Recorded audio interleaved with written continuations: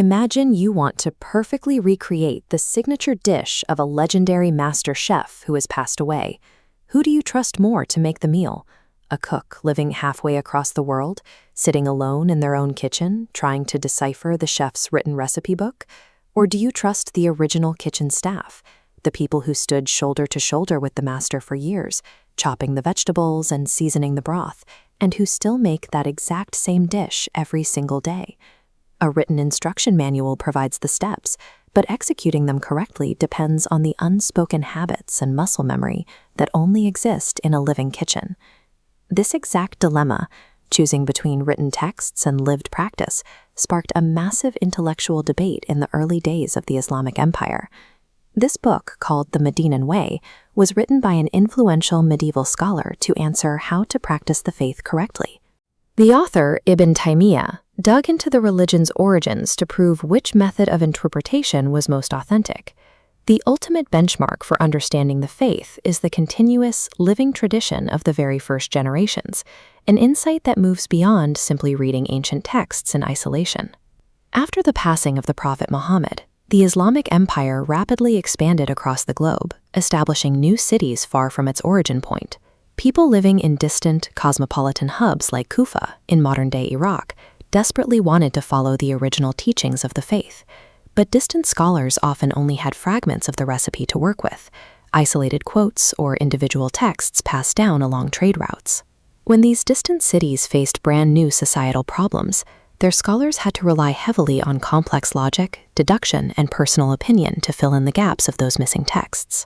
Trying to solve new problems by interpreting fragmented texts through pure logic, without the original human context, makes it very easy to accidentally distort the original intent.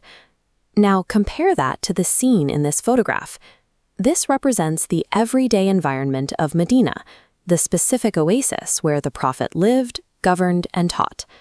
The first 3 generations of people in Medina didn't need to guess, and they didn't need to use heavy logic to figure out the rules of the faith. That is because there were thousands of people in the city simply acting out the daily habits they had witnessed directly from the source. We can see the scope of this in this table of contents. This living tradition dictated practical, everyday matters, like how they conducted business, managed marriages, and settled legal claims. The unbroken, collective daily action of an entire city serves as a much stronger proof of historical truth than a single isolated scholar trying to interpret a document from far away. This brings us to a man named Imam Malik, a great scholar who lived in Medina and recognized the unique value of his city's environment. You can see his core argument highlighted here. He argued that the consensus, the unified practice of the people of Medina, was the ultimate evidence of correct religious practice. Malik spent his life documenting this reality to prove Medina retained the true context of the faith.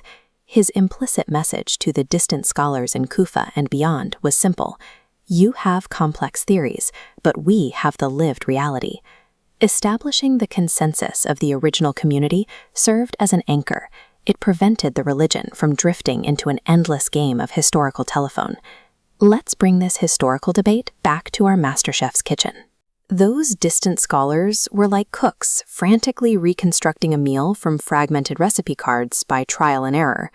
The people of Medina were the original kitchen staff, keeping the master's kitchen running smoothly, day after day, in an unbroken pipeline. As we can read in this concluding text, Ibn Taymiyyah determined that the Medinan school remained indisputably the most authentic expression of the original teachings. A religion, much like a recipe, is a practical blueprint meant to be lived by a community, rather than an academic exercise for a library. The Madinan Way teaches us a valuable lesson about preserving any kind of truth or knowledge throughout history. True preservation means keeping alive the specific environment and human context where those documents actually make sense.